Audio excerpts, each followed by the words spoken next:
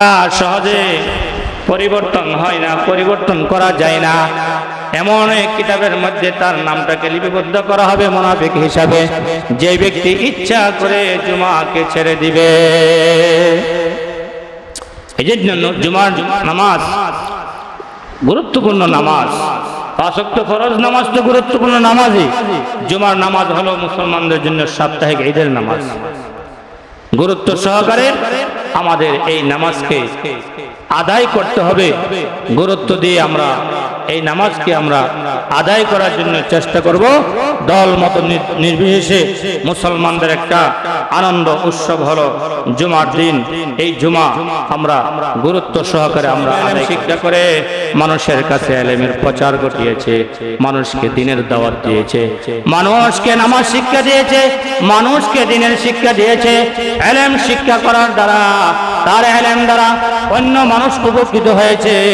ওই মানুষটা যদি দুনিয়া থেকে চলে যায়, ওই আলেম যদি দুনিয়া থেকে বিদায় হয়ে যায়, বিদায় হওয়ার পরেও সে যে ভালো কাজগুলো করেছে, তার ইলম দ্বারা সে দাওয়াত দিয়েছে, মানুষকে দ্বীনের কথা বলেছে, মানুষকে দ্বীনের দাওয়াত দিয়েছে, মানুষকে আল্লাহর রাস্তায় আহ্বান করেছে। ওই আমলগুলা করার কারণে ওই আলেম দুনিয়া থেকে চলে যাওয়ার পরেও আল্লাহ পাক রব্বুল আলামিন তার আমল নামার মধ্যে আল্লাহ পাক রব্বুল আলামিন সওয়াব জারি করে দিবেন। যারা তার কথার দ্বারা আমল করবে, নামাজ পড়বে, রোজা রাখবে, হজ করবে, দ্বীনের কাজ করবে, যতগুলা মানুষ দুনিয়াতে আমল করবে, প্রত্যেকের আমল থেকে একটা আমলকে আল্লাহ পাক রব্বুল আলামিন ওই আলেমের আমল নামার মধ্যে কিয়ামত পর্যন্ত পৌঁছাইতে থাকবেন। কন্যা সুবহানাল্লাহ। 3 নম্বর বিষয় হলো আওলাদিন সালেহ ইয়াদুলা, নেককার সন্তান যারা আল্লাহর রাস্তায়, যারা নিজের সন্তানকে বিলীন করে দেয়, মাদ্রাসা পড়ায়, দ্বীন শিক্ষা দেয়, এরকম নেককার সন্তান যে ব্যক্তি রেখে যাবে, নেককার সন্তান যে দুনিয়াতে রেখে যাবে, সে দুনিয়া থেকে চলে যাওয়ার পরেও ওই নেককার সন্তান যত আমল করবে, যত নেক কাজ করবে, ওই নেককার সন্তান বাবার মার কবরের পাশে গিয়ে দোয়া করবে। আল্লাহ পাক রব্বুল আলামিন ওই নেককার সন্তান যত আমল করবে, সে ছেলে হোক মেয়ে হোক, নেককার সন্তান সন্ততি দুনিয়াতে রেখে গেলে, বাবা মা দুনিয়া থেকে চলে গেলে, কবরে থেকেও সে আমল তার কবরের মধ্যে তার আমল নামায় পৌঁছানো হয়ে থাকে, পৌঁছাতে থাকে। মহান আল্লাহ সুবহানাহু ওয়া তাআলার দরবারে লাখ কোটি শুকরিয়া আদায় করে, যে মহান রব্বুল ইজ্জত আমাদেরকে দুনিয়ার বিভিন্ন কাজকাম থেকে ফারেগ হয়ে দুনিয়ার সর্বশ্রেষ্ঠ জায়গা জান্নাতে বাগান রিয়াজুল জান্নাত জামে মসজিদের মধ্যে আমরা প্রথম জুমা আদায় করার জন্য আসতে পেরেছি, বসতে পেরেছি, একত্রিত হয়েছি। আল্লাহ সুবহানাহু ওয়া তাআলা যে আমাদেরকে তৌফিক দিয়েছেন আল্লাহর ঘর পর্যন্ত আসার, সেই জন্য মহান রব্বুল ইজ্জতের দরবারে আমরা কালিমাতুশ শুকর জোরে সোরে সকলেই আদায় করে সবাই বলে আলহামদুলিল্লাহ। আল্লাহ সুবহানাহু ওয়া তাআলা পবিত্র কালামে পাকের মধ্যে ইরশাদ করেছেন, আল্লাহ সুবহানাহু ওয়া তাআলা বলেন, লা ইন শাকারতুম লা আযীদান্নাকুম ওয়া লা ইন কাফারতুম ইন্না আযাবি লাশাদীদ। সুবহানাল্লাহ।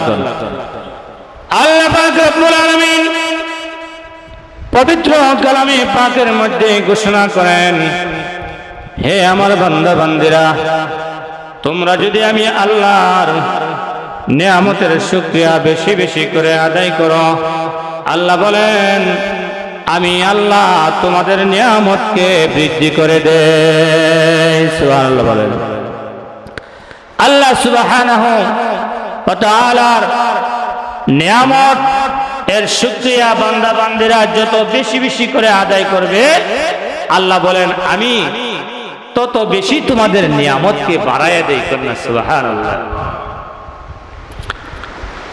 আল্লাহ পাক রব্বুল আলামিন আরো বলেন ওয়ালা ইন কাফারতুম ইন্না আযাবি লাশাদীদ। আর যদি আমি আল্লাহ তাআলার নিয়ামতকে পেয়ে নিয়ামতের শুকরিয়া আদায় না করে, আল্লাহ পাক রব্বুল আলামিন বলেন হে আমার বান্দা বান্দিরা তোমরা জেনে রাখো আমি আল্লাহর আযাব বড় শক্ত বড় কঠিন। আল্লাহর ঘর থেকে কেউ বাঁচতে পারবে? কেউই বাঁচতে পারবে না। পরকালে যত বড় ক্ষমতাশীল হোক না কেন, সকলকে কঠিন হাসরের ময়দানে আল্লাহ পাক রব্বুল আলামিনের দরবারে সকলেই কাঠগড়ায় দাঁড়াতে হবে, ঠিক কিনা? জবাবদিহি করতে হবে। প্রত্যেকটা নিয়ামত আমরা যে ভোগ করেছি সেই নিয়ামতের কতটুকু শুকরিয়া আদায় করেছি, আল্লাহ পাক রব্বুল আলামিনের দরবারে জবাবদিহি করতে হবে। যদি শুকরিয়া আমরা আদায় করি, আল্লাহ বলেন নিয়ামতকে বাড়ায়া দিবেন, আর শুকরিয়া আদায় না করলে আল্লাহর পক্ষ থেকে আল্লাহ বলেছেন যে আমার আযাব বড় শক্ত বড় কঠিন। আল্লাহ পাক শক্ত আযাবের কথা ঘোষণা করেছেন। মুআজ্জাজ হাজিরিন, রিয়াজুল জান্নাহ জামে মসজিদ গাজীপুর আজকে প্রথম জুমা অনুষ্ঠিত হতে যাচ্ছে। আল্লাহ পাক রব্বুল ইজ্জত আমাদেরকে নতুন মসজিদে আসার বসার যে তৌফিক দিয়েছেন, আমরা আরেকবার সকলেই জোরে সোরে কালিমাতুশ শুকর আদায় করি আলহামদুলিল্লাহ। আচ্ছা, সর্বপ্রথমে আমাদের জানার বিষয় হলো, আমি যে আলোচ্য বিষয় নির্ধারণ করেছি, যেহেতু জুমা আজকে থেকে চালু হয়েছে, জুমার গুরুত্ব ফজিলত নিয়ে আলোচনা করব ইনশাআল্লাহ তাআলা। জুমার দিন খুবই গুরুত্বপূর্ণ একটা দিন। সেই দিনটাকে রাসূল পাক সাল্লাল্লাহু আলাইহি সাল্লাম ঘোষণা করেছেন ইয়াউম আজহার বলে, অর্থাৎ জুমার দিনকে বিশ্বনবী সাল্লাল্লাহু আলাইহি ওয়াসাল্লাম ঘোষণা করেছেন এটা হলো একটা আলোকিত দিন। কন্যা সুবহানাল্লাহ। আল্লাহর নবী হযরত মুহাম্মদ আরবি সাল্লাল্লাহু আলাইহি ওয়াসাল্লাম বলেছেন জুমার দিনকে ইয়াউম আজহার বলে ঘোষণা করেছেন, আলোকিত দিন বলে ঘোষণা করেছেন। আল্লাহ রাসূল সাল্লাল্লাহু আলাইহি ওয়াসাল্লাম তেমনি ভাবে জুমার রাতকে লাইলাতুল আইদ, জুমার রাতকে আলোকিত রাত্র বলে ঘোষণা করেছেন। কন্যা সুবহানাল্লাহ। বিশ্বনবী সাল্লাল্লাহু আলাইহি সাল্লাম ইরশাদ করেন ইন্না ইয়াউমাল জুমআতি সাইয়্যিদুল আইয়াম, নিশ্চয় জুমার দিন হলো যত দিন রয়েছে সপ্তাহের মধ্যে সমস্ত দিন সমূহের সর্দার। জোরে সোরে কন্যা সুবহানাল্লাহ। জুমার দিন সমস্ত দিনের লিডার, সমস্ত দিনের সর্দার, সমস্ত দিন এর মধ্যে সবচেয়ে সম্মানিত দিন হলো জুমার দিন। কিরকম সম্মানিত? বিশ্বনবী সাল্লাল্লাহু আলাইহি ওয়াসাল্লাম বলেন ইন্না ইয়াউমাল জুমআতি সাইয়্যিদুল আইয়াম ওয়া হুয়া আ'যামু ইনদাল্লাহ ওয়া হুয়া আ'যামু ইনদাল্লাহি মিন ইয়াউমিল আযহা ওয়া ইয়াউমিল ফিতর। আল্লাহ পাক রব্বুল আলামিনের কাছে জুমার দিনটা হলো অনেক সম্মানিত। কন্যা সুবহানাল্লাহ। কিরকম সম্মানিত? বিশ্বনবী সাল্লাল্লাহু আলাইহি সাল্লাম বলেন আমরা জানি বৎসরে মুসলমানরা কয়টা ঈদ পালন করে থাকে? জোরে বলেন, আরো জোরে। দুইটা ঈদ মুসলমান পালন করে থাকে। বৎসরে মুসলমান দুইটা ঈদ উদযাপন করে থাকে। একটা ঈদের নাম হলো ঈদুল ফিতর, রমজানের শেষে যে ঈদ উদযাপন করা হয়, রমজানের রোজার শেষে যে ঈদ আমরা পালন করে থাকি, সেই ঈদকে ঈদুল ফিতর বলা হয়। আর একটা ঈদ রয়েছে, সেই ঈদকে আমরা কুরবানির ঈদ বলে থাকি, ঈদুল আজহা বলা হয়। এরকম দুইটা ঈদ আনন্দ দিবস আল্লাহ পাক রব্বুল আলামিন মুসলমানদের জন্য নির্ধারণ করে দিয়েছেন। ওই দুইটা দিন আল্লাহর দরবারে অনেক সম্মানিত, বলেন সুবহানাল্লাহ। বিশ্বনবী সাল্লাল্লাহু আলাইহি সাল্লাম বলেন, জুমার দিনটা আল্লাহর কাছে এত সম্মানিত বলা হয়েছে।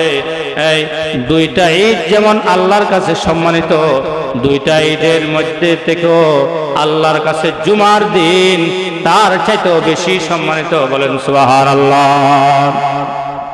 মুসলমানদের জন্য জুমার দিনটা হলো একটা সাপ্তাহিক ঈদের দিন। আর জোরে সরে কন্যা সুবহানাল্লাহ। আল্লাহর দরবারে এই দিনটা অনেক সম্মান। ঈদুল আজহা, ঈদুল ফিতর, বৎসরে দুইটা ঈদ পালন করে থাকি। ওই দুইটা ঈদ যেমন আল্লাহর কাছে সম্মানিত, তার চাইতে বেশি সম্মানিত হলো জুমার দিন। বন্ধুরা আমার, এই জুমার দিন সেটা আমরা কিভাবে পালন করব জানার দরকার আছে কি নাই? জুমার দিনের গুরুত্ব আমাদের জানার দরকার আছে না? অবশ্যই রয়েছে। সেই দিন সম্পর্কে আল্লাহ সুবহানাহু ওয়া তাআলা পবিত্র কালামে পাকের সূরাতুল জুমার 9 নম্বর আয়াতের মধ্যে আল্লাহ সুবহানাহু ওয়া তাআলা ঘোষণা করেছেন।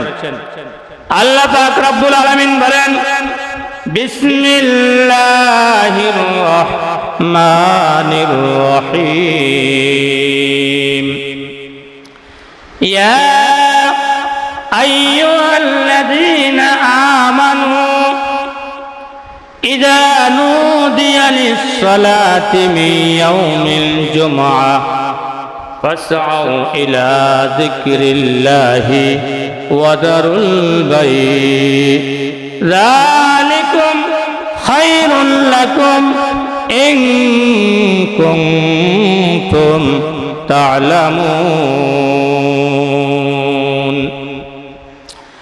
আল্লাহ সুবহানাহু ওয়া তাআলা ঘোষণা করেন, হে ঈমানদারগণ, মুয়াজ্জিন সাহেব যখন তোমাদেরকে জুমার নামাজের জন্য আহ্বান করবে, জুমার নামাজের জন্য যখন মুয়াজ্জিন আহ্বান করে, মুয়াজ্জিন যখন তোমাদেরকে আহ্বান করে, আল্লাহ পাক রব্বুল আলামিন বলেন, তখন তোমরা তোমাদের ব্যবসা বাণিজ্য সব কিছু ছেড়ে দিয়ে আল্লাহর ডাকে আর সাড়া দিয়ে আল্লাহর জিকিরের জন্য আল্লাহর ঘর মসজিদে চলে আসো। কন্যা সুবহানাল্লাহ।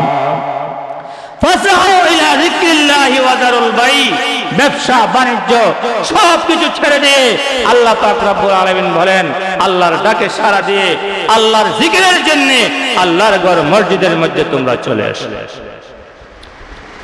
আল্লাহ পাক রব্বুল আলামিন বলেন, যালিকুম খায়রুল লাকুম ইন কুনতুম তা'লামুন। আর তার মধ্যে রয়েছে তোমাদের জন্য কল্যাণ, তোমাদের জন্য মঙ্গল, তোমাদের জন্য শোভনীয় বিষয়।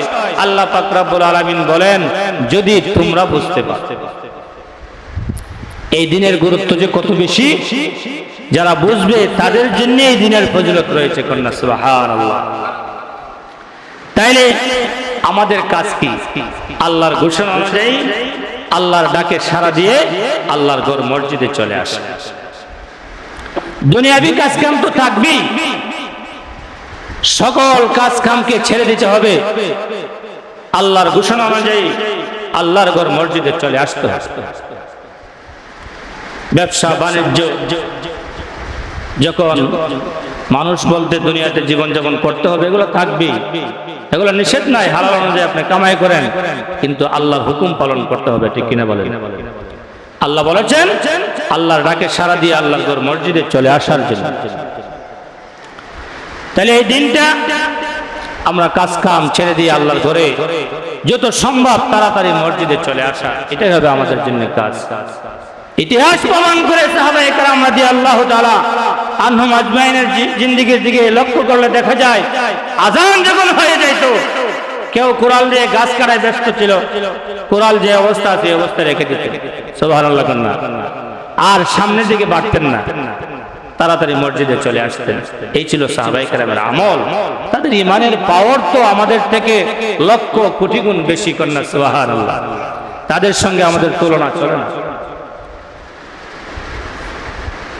সুন্নাত তরিকা অনুযায়ী সকাল সকাল জুমার জন্য প্রস্তুতি গ্রহণ করা, হাতের নখ ইত্যাদি পশম পরিষ্কার করে ভালো কাপড় পরিধান করে যার যে সমর্থন অনুযায়ী খুশবু আতর ব্যবহার করে আল্লাহর ঘর মসজিদে চলে আসা। এরকম যে ব্যক্তি মসজিদে আইসা ঠেলা ধাক্কা না করে যেখানে জায়গা পাবে বসে যাবে, আদব রক্ষা করে বসে যাবে। হাদিস শরীফের মধ্যে এসেছে এক জুমা থেকে আরেক জুমা পর্যন্ত 7 দিন তার সঙ্গে আরো 3 দিন যোগ করে আল্লাহ সুবহানাহু ওয়া তাআলা তার 10 দিনের সগীরা গুনাহ মাফ করে দিবেন। যে ব্যক্তি তাড়াতাড়ি মসজিদে আসবে এবং নিয়ম অনুযায়ী সুন্নাত তরিকা অনুযায়ী বসবে, নামাজ আদায় করবে, এক জুমা থেকে আরেক জুমা পর্যন্ত 7 দিন তার সঙ্গে 3 দিন যোগ করে মোট কয় দিনের গুনাহ? 10 দিনের সগীরা গুনাহ আল্লাহ পাক রব্বুল আলামিন আপনি আমাকে মাফ করে দিবেন। শুধু তাই নয়, বিশ্বনবী সাল্লাল্লাহু আলাইহি ওয়াসাল্লাম ঘোষণা করেছেন আল্লাহর নূরের ফেরেশতারা মসজিদের গেটের মধ্যে খাতা কলম নিয়ে দাঁড়িয়ে থাকেন। সর্বপ্রথম যে ব্যক্তি মসজিদের মধ্যে আসবে তার আমলনামার মধ্যে একটা উট আল্লাহর রাস্তায় কুরবানি করার সওয়াব লেখা হয়। অতঃপর যে ব্যক্তি মসজিদের মধ্যে তাশরীফ আনবে আল্লাহর নূরের ফেরেশতারা তার আমলনামার মধ্যে একটা গরু আল্লাহর রাস্তায় কুরবানি করলে যে সওয়াব হয় তার আমলনামার মধ্যে একটা গরু কুরবানির সওয়াব লিপিবদ্ধ করা হয়। তারপর যে ব্যক্তি আসবে আল্লাহর নূরের ফেরেশতারা তার আমলনামার মধ্যে একটা দুম্বা আল্লাহর রাস্তায় কুরবানি করলে যে সওয়াব হয় সেই সওয়াব লিপিবদ্ধ করা হয়। তারপরে যে ব্যক্তি আসবে আল্লাহর নূরের ফেরেশতারা একটা বকরি ছাগল আল্লাহর রাস্তায় জবাই করলে কুরবানি করলে যেই সওয়াব হয় সেই সওয়াব তার আমলনামায় লিপিবদ্ধ করা হয়। তারপর যে ব্যক্তি আসবে আল্লাহর নূরের ফেরেশতারা আল্লাহর রাস্তায় একটা মুরগি কুরবানি করলে যে সওয়াব হয় সেই সওয়াব তার আমলনামার মধ্যে লেখা হয়। তারপর যে ব্যক্তি আসবে আমলনামার সওয়াব কমতে কমতে তারপর যে ব্যক্তি আসবে তার আমলনামার মধ্যে একটা মুরগির আন্ডা ডিম আল্লাহর রাস্তায় সদকা করলে যেই সওয়াব পাওয়া যায় সেই সওয়াব তার আমলনামায় লিপিবদ্ধ করা হয়। জোরে সোরে কন্যা সুবহানাল্লাহ। এরকম ইমাম সাহেব খুতবায় দাঁড়ানোর আগ পর্যন্ত যত মুসল্লিগণ মসজিদের মধ্যে আসবে আল্লাহর নূরের ফেরেশতারা সওয়াব লিপিবদ্ধ করতে থাকেন, কন্যা সুবহানাল্লাহ। যখন ইমাম সাহেব খুতবায় নিয়ে দাঁড়ায় যান তখন ফেরেশতাদের লেখা বন্ধ করে ফেরেশতারাও খুতবা শুনতে থাকেন।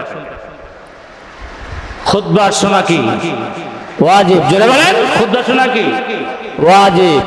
খুতবার সময় অনেকে আমরা কথাবার্তা বলি, অনেক মসজিদে পয়সা ওঠাই, এটা কি জায়েজ আছে? সম্পূর্ণ না জায়েজ। কেন? ওয়াজিব তরক করা মারাত্মক বড় গুনাহ।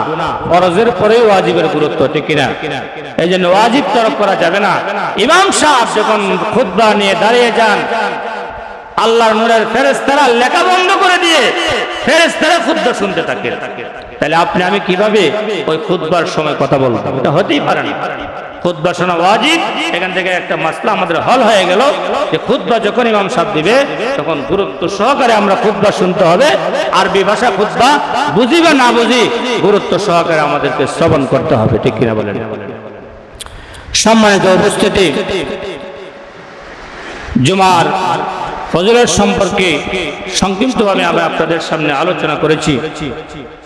তারপরও যারা গুরুত্ব বুঝবে না, না বুঝা জুমাকে অলসতা করে, জুমাকে তরক করবে, ছেড়ে দিবে। অলসতা করে যারা একের পর এক 3টা জুমাকে ছেড়ে দিল, আল্লাহ নবী সাল্লাল্লাহু আলাইহি সাল্লাম বলেন তার কলবের মধ্যে মোহর মেরে দেওয়া হলো। নাউযুবিল্লাহ। মোহর মারা কি সাধারণ ব্যাপার? যার কলবে মোহর মারা হবে তার দ্বারা দিনের কোনো কাজ ভালো লাগবে না। এই কলব দ্বারা নামাজ পড়তে ভালো লাগবে না, রোজা রাখতে ভালো লাগবে না, ভালো কাজ করতে ভালো লাগবে। তাহলে একের পর এক 3টা জুমাকে যে অলসতা করে ছাড়বে তার কলবের মধ্যে মোহর মেরে দেওয়া হয়। বিশ্বনবী সাল্লাল্লাহু আলাইহি সাল্লাম আরো ইরশাদ করেছেন, যে ব্যক্তি ইচ্ছা করে জুমাকে ছেড়ে দিল তার নামটা মুনাফিকের খাতার মধ্যে লিপিবদ্ধ করা হয়। কন্যা নাউযুবিল্লাহ। এমন এক কিতাবের মধ্যে তার নামটা লেখা হয় যে লেখাকে সহজে মুছে ফেলা যায় না, সহজে পরিবর্তন হয় না, পরিবর্তন করা যায় না। এমন এক কিতাবের মধ্যে তার নামটাকে লিপিবদ্ধ করা হবে মুনাফিক হিসাবে, যে ব্যক্তি ইচ্ছা করে জুমাকে ছেড়ে দিবে। এই জন্য জুমার নামাজ গুরুত্বপূর্ণ নামাজ। 5 ওয়াক্ত ফরজ নামাজ তো গুরুত্বপূর্ণ নামাজই। জুমার নামাজ হলো মুসলমানদের জন্য সাপ্তাহিক ঈদের নামাজ। গুরুত্ব সহকারে আমাদের এই নামাজকে আদায় করতে হবে। গুরুত্ব দিয়ে আমরা এই নামাজকে আমরা আদায় করার জন্য চেষ্টা করব। দল মত নির্বিশেষে মুসলমানদের একটা আনন্দ উৎসব হলো জুমার দিন। এই জুমা আমরা গুরুত্ব সহকারে আমরা আদায় করব। বন্ধুরা আমার, আমরা জানি মসজিদটা একটা নতুন মসজিদ হয়েছে। এটা আমাদের জন্য সুখবর কিনা? আমাদের জন্য সুখবর না? মসজিদ হওয়া ভালো না খারাপ? কিয়ামত পর্যন্ত যে জায়গায় মসজিদ হবে নির্ধারণ করা আছে। কিয়ামতের আগের দিন হইল এই মসজিদটা নির্মাণ হবে। কন্যা সুবহানাল্লাহ। আমরা জানতাম না এখানে যে মসজিদ হবে, অনেকে তো আমরা জানতাম না। আল্লাহর হুকুম হয়েছে বিদায় এই জায়গার মধ্যে মসজিদ হয়েছে। আমরা আশেপাশে যারা আছি এটা আমাদের জন্য বড় একটা সৌভাগ্য। এই মসজিদে সহযোগিতা করা, দান করা, খয়রাত করা, এটাও আমাদের জন্য বড় সৌভাগ্য। কত টাকা কত দিকে আমরা নষ্ট করে ফেলি, কিন্তু আল্লাহর ঘরে যারা দান করবে সেই দান কোনোদিন বিফলে যাবে? সেই দান কোনোদিন বিফলে যাবে না। যদি আপনার হালাল কামাই থেকে আপনি দান করেন, দানের পরিমাণ যদি অল্প হয়, আল্লাহর কাছে আপনার স্বল্প পরিমাণ দান আল্লাহর কাছে অনেক দামি। কন্যা সুবহানাল্লাহ। হইতে পারে কাল কিয়ামতের দিন আপনি আমার এই আমলকে আল্লাহ পাক কবুল করে সেই উসিলা আল্লাহ পাক জান্নাত দিয়ে দিতে পারে। আল্লাহ সুবহানাহু ওয়া তাআলা আল্লাহর রাস্তায় দান করার সম্পর্কে সূরাতুল ইমরানের 92 নং আয়াতের মধ্যে আল্লাহ সুবহানাহু ওয়া তাআলা ঘোষণা করেছেন।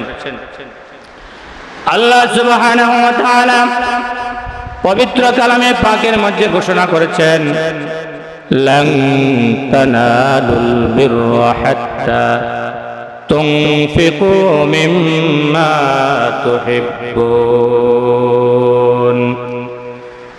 ওয়া মা তুনফিকু মিন শাইইন ফাইন্নাল্লাহা বিহি আলীম।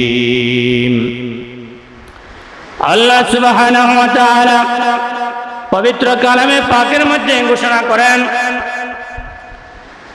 কচ্ছিন কালো তোমরা কল্যাণকর হতে পারবে না, মঙ্গলজনক হতে পারবে না, লাভজনক হতে পারবে না যতক্ষণ পর্যন্ত তোমাদের মহব্বতের বস্তু থেকে আমি আল্লাহর রাস্তায় তোমরা দান না করবে।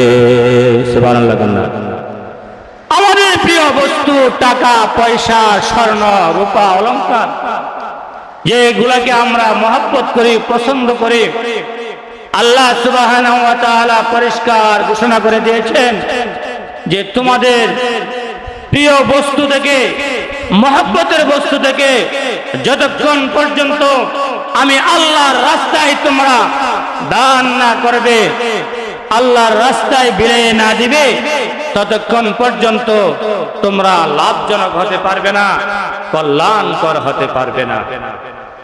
আল্লাহ পাক রব্বুল আলামিন বলেন, ওয়ামা তুনফিকু মিন শাইইন ফাইন্নাল্লাহা বিহি আলিম, আর যা কিছু আমি আল্লাহর রাস্তায় তোমরা খরচ করবে, আল্লাহ জানেন কিনা?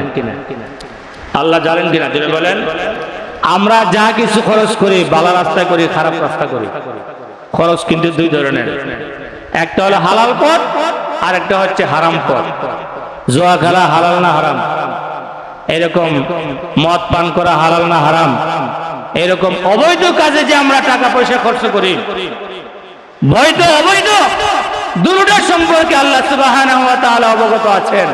এই জন্য আল্লাহ তো বলে দিয়েছেন, তোমরা যা কিছু খরচ করবে আমি আল্লাহ তোমাদের খরচ যাই কিছু করো না কেন আমি আল্লাহ অবগত আছি, আমি আল্লাহ ভালো জানি। আমার চাইতে ভালো জাননেওয়ালা পৃথিবীতে আর কেউ আছে? আল্লাহ থেকে ভালো জাননেওয়ালা পৃথিবীতে আর কেউ আছে? কেউ নাই। আল্লাহ সব চাইতে ভালো জানেন। আল্লাহ হলো সর্বশ্রেষ্ঠ জাননেওয়ালা, সর্বশ্রেষ্ঠ শুননেওয়ালা, সর্বশ্রেষ্ঠ দেখনেওয়ালা। আল্লাহ হলো ইন্নাল্লাহা আলা কুল্লি শাইইন কাদির, আল্লাহ হলো সর্বশক্তিমান। আল্লাহর চাইতে পৃথিবীতে আর কেউ শক্তিধর পৃথিবীতে আর কেউ হইতে পারে না, হবেও না। বন্ধুরা আমার, হাদিস শরীফে আল্লাহর রাস্তায় দান সম্পর্কে বিশ্বনবী সাল্লাল্লাহু আলাইহি ওয়াসাল্লাম ঘোষণা করেছেন, ইযা মাতাল ইনসান ইনকাতা আনহু আমালুহু ইল্লা মিন সাদকাতিন জারিয়া আও ইলমিন ইউনতাফাউ বিহি আও ওয়ালাদিন সালিহ ইয়াদউ লাহু। বিশ্বনবী হযরত মুহাম্মদ আরবি সাল্লাল্লাহু আলাইহি ওয়াসাল্লাম ঘোষণা করেছেন, মানুষ যখন মরে যায় তখন মানুষ আমল থেকে সে ফারেক হয়ে যায়, আমল করার আর কোনো সুযোগ থাকে না। যা কিছু আমল করার দুনিয়া থাকতে, ঠিক কিনা বলেন? দুনিয়া থেকে চলে গেলে মানুষটা যখন মরে যাবে আর কোনো আমল করতে পারবে? নামাজও পড়তে পারবে না, রোজাও রাখতে পারবে না, হজও করতে পারবে না, আল্লাহর ঘর মসজিদের মধ্যে দানও করতে পারবে না। যত প্রকার আমল, সমস্ত আমল থেকে বান্দা বান্দি ফারেক হয়ে যাবে, আমল করার আর কোনো সুযোগ নাই। মানুষটা যখন মৃত্যু গ্রহণ করে, মানুষের যখন মৃত্যু হয়ে যায়, কুল্লু নাফসিন যায়কাতুল মাউত, প্রত্যেক নফসকে, প্রত্যেক প্রাণীকে মৃত্যুর স্বাদ গ্রহণ করতে হবে কিনা?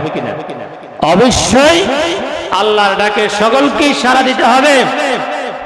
আল্লাহর দয়া থেকে কেউই বাঁচতে পারবে না। প্রত্যেক মানুষ, প্রত্যেক জীব জন্তু, জিন হোক মানুষ হোক, গাছপালা তরুলতা সবগুলোই মরণশীল, ঠিক কিনা? মরণের হাত থেকে কেউই বাঁচতে পারবে না। তাইলে মানুষটা যখন মরে যায়, হাদিস শরীফে এসেছে, তার আমল করার আর কোনো সুযোগ থাকে না, আমল থেকে ফারিগ হয়ে যায়। ইল্লা মিন সাদকাতিন জারিয়া। আল্লাহ রাসূল সাল্লাল্লাহু আলাইহি সাল্লাম বলেন, তিনটা জিনিস বাকি থাকে, ইল্লা মিন সাদকাতিন জারিয়া। এক নাম্বার হলো সাদকায়ে জারিয়া। সেই সাদকায়ে জারিয়া কি? আল্লাহর ঘর মসজিদে দান করা, আল্লাহর রাস্তায় দান করা, আল্লাহর ঘরে দান করা, মসজিদ মাদ্রাসা এতিমখানা দান করা, আল্লাহর রাস্তায় দান করা, এটাকে বলা হয় সাদকায়ে জারিয়া। এক নাম্বার হলো সাদকায়ে জারিয়া। দ্বিতীয় নম্বর হাদিস শরীফে এসেছে, আও ইলমিন ইউনতাফাউ বিহি, এরকম আলেম যিনি আলেম শিক্ষা করেছে, আলেম শিক্ষা করার কারণে ওই আলেম আলেম শিক্ষা করে মানুষের কাছে আলেমের প্রচার ঘটিয়েছে, মানুষকে দ্বীনের দাওয়াত দিয়েছে, মানুষকে নামাজ শিক্ষা দিয়েছে, মানুষকে দ্বীনের শিক্ষা দিয়েছে। আলেম শিক্ষা করার দ্বারা, তার আলেম দ্বারা অন্য মানুষ উপকৃত হয়েছে। ওই মানুষটা যদি দুনিয়া থেকে চলে যায়, ওই আলেম যদি দুনিয়া থেকে বিদায় হয়ে যায়, বিদায় হওয়ার পরেও সে যে ভালো কাজগুলো করেছে, তার আলেম দ্বারা সে দাওয়াত দিয়েছে, মানুষকে দ্বীনের কথা বলেছে, মানুষকে দ্বীনের দাওয়াত দিয়েছে, মানুষকে আল্লাহর রাস্তায় আহ্বান করেছে।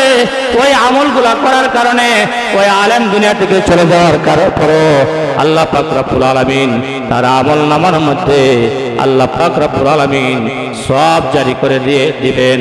যারা তার কথার দ্বারা আমল করবে, নামাজ পড়বে, রোজা রাখবে, হজ করবে, দ্বীনের কাজ করবে, যতগুলা মানুষ দুনিয়াতে আমল করবে, প্রত্যেকের আমল থেকে একটা আমলকে আল্লাহ পাক রব্বুল আলামিন ওই আলেমের আমল নামার মধ্যে কিয়ামত পর্যন্ত পৌঁছাতে থাকবেন। কন্যা সুবহানাল্লাহ। 3 নম্বর বিষয় হলো আওয়ালাদিন সালেহ ইয়াদউলা, নেককার সন্তান যারা আল্লাহর রাস্তায়, যারা নিজের সন্তানকে বিলীন করে দেয়, মাদ্রাসা পড়ায়, দ্বীন শিক্ষা দেয়, এরকম নেককার সন্তান যে ব্যক্তি রেখে যাবে, নেককার সন্তান যে দুনিয়াতে রেখে যাবে, সে দুনিয়া থেকে চলে যাওয়ার পরেও ওই নেককার সন্তান যত আমল করবে, যত নেক কাজ করবে, ওই নেককার সন্তান বাবার মার কবরের পাশে গিয়ে দোয়া করবে। আল্লাহ পাক রব্বুল আলামিন ওই নেককার সন্তান যত আমল করবে, সে ছেলে হোক মেয়ে হোক, নেককার সন্তান সন্ততি দুনিয়াতে রেখে গেলে, বাবা মা দুনিয়া থেকে চলে গেলে, কবরের থাইকাও সে আমল তার কবরের মধ্যে তার আমল নামায় পৌঁছানো হয়ে থাকে, পৌঁছাতে থাকে যতদিন পর্যন্ত তার ওই নেককার সন্তান দুনিয়াতে বেঁচে থাকবে। যত আমল করবে সে আমলের একটা পরিমাণ আল্লাহ পাক রব্বুল আলামিন বাবা মার কবরের মধ্যে পৌঁছাতে থাকবেন। কন্যা সুবহানাল্লাহ। তাহলে আমরা সর্বপ্রথম যে বিষয়টা বুঝতে পারলাম 3টা বিষয়ের মধ্যে, 1 নম্বর হলো সদকায়ে জারিয়া, আল্লাহর রাস্তায় সদকা করা, আল্লাহর রাস্তায় সদকা করা, দান করা, আল্লাহর ঘর মসজিদে দান খয়রাত করা। এই মসজিদের মধ্যে আমরা যত দান খয়রাত করব, মসজিদ বলতে যত মসজিদ আছে পৃথিবীতে, মসজিদে আপনি যে দান করলেন, খয়রাত করলেন, সহযোগিতা করলেন, টাকা দিয়ে, পয়সা দিয়ে, মসজিদ যতদিন পর্যন্ত থাকবে, কিয়ামত পর্যন্ত আপনি দুনিয়া থেকে চলে যাবেন। মানুষ তো মরণশীল, যাইতে হবে একদিন। আপনি দুনিয়া থেকে চলে গেলেও কবরের মধ্যে যতদিন পর্যন্ত এই মসজিদে নামাজ চলবে, ইবাদত চলবে, জিকির আজকার চলবে, এর একটা আমল, এর একটা আমলের সওয়াব আল্লাহ সুবহানাহু ওয়া তাআলা আপনার কবরের মধ্যে কিয়ামত পর্যন্ত কবরের মধ্যে পৌঁছতে থাকবে। কন্যা সুবহানাল্লাহ। আপনি কিন্তু নাই দুনিয়াতে, কিন্তু মসজিদ বানায় গেছেন। শাওন ভাই, কাজী শাওন সাহেব এই মসজিদ উনি ভিত্তি স্থাপন করে গেছেন। উনি দুনিয়া থেকে চলে যাবে, যতদিন পর্যন্ত এই মসজিদে নামাজ চলবে, সুবহানাল্লাহ, ততদিন পর্যন্ত ওনার কবরে তার সওয়াব পৌঁছতে থাকবে। এরকম যারা মসজিদে সহযোগিতা করবে, 1 টাকা হোক, 10 টাকা হোক, 500 টাকা হোক, 5000 হোক, 1 লক্ষ হোক, যে যেভাবে সহযোগিতা করবে, সহযোগিতার হাত বাড়িয়ে দিবে, এই মসজিদে যতদিন পর্যন্ত ইবাদত চলবে, কোরআন তেলাওয়াত, তাসবিহ, তাহলিল, নামাজ, যত ইবাদত চলবে, ওই ইবাদতের একটা সওয়াব, একটা আমলের সংখ্যা আল্লাহ পাক রব্বুল আলামিন যারা এই মসজিদে সহযোগিতা করবে, তারা দুনিয়াতে হয়তো থাকবে না, তাদের কবরের মধ্যে আল্লাহ পাক রব্বুল আলামিন সেই সওয়াব কিয়ামত পর্যন্ত পৌঁছতে থাকবে। সবাই জোরে সোরে কন্যা সুবহানাল্লাহ। তাইলে আমরা এই মসজিদের জন্য সকলে দান করার ইচ্ছা আছে কিনা? মনকে উদ্ধার করে আল্লাহর ঘরে দান করব। এই দান কোনদিন বিফলে যাবে না। যা দিবেন হাতে তাই যাবে সাথে। কার উসুলা কি হয় আমরা কেউ জানি না। দুনিয়া আজকে আছে, কালকে নাই, 1 সেকেন্ডের ভরসা নাই। 24 তলা বিল্ডিং করলেন, 100 তলা বিল্ডিং করলেন, বিল্ডিং কি আপনি সাথে নিয়ে যেতে পারবেন? সাথে নিয়ে যাওয়ার কোনো ক্ষমতা নাই। শুধু থাকবে একমাত্র আমল। আমলটাই একমাত্র আপনার সাথে যাবে। আর কিছু বন্ধু বান্ধব, স্ত্রী, পুত্র কেউ আপনার সাথে যাবে না, কেউ আপনার সহযোগী হবে না। একমাত্র আপনাকে সাহায্য করবে, আপনার সহযোগী হবে একমাত্র আপনার আমল। আমলকে যদি আমরা বানিয়ে যাইতে পারি, আমলকে যদি আমরা বাড়ি করতে পারি, সেটাই হবে আমাদের পরকালের একমাত্র সম্পদ। এই জন্য বেশি বেশি করে আমরা আল্লাহর ঘরে দান করব, মন খুলে দান করব। দুনিয়া যত কিছুই করেন থাকবে না। যা আল্লাহর রাস্তায় দান করবেন, যত আমল করবেন, সেটাই হবে আপনার চিরস্থায়ী সম্পদ। আর অন্য কিছু চিরস্থায়ী সম্পদ নয়। দুনিয়ার বাড়ি, দুনিয়ার গাড়ি, দুনিয়ার নারী, সব কিছু আমাদেরকে ত্যাগ করে চলে যেতে হবে আল্লাহর সন্তুষ্টির জন্য। আল্লাহর ঘরে আমরা আজকে যতগুলো মুসল্লি এখানে আসি, ইনশাল্লাহ আস্তে আস্তে বাড়বে। প্রথম জুমা তো ইনশাল্লাহ আস্তে আস্তে বাড়বে, একসঙ্গে হবে, জায়গা সংকলন হবে না, ঠিক কিনা বলেন? হবে না ইনশাল্লাহ, আমি বললাম, দেখবেন। এই জন্য আল্লাহর ঘরের জন্য মনটা উদার করে আমরা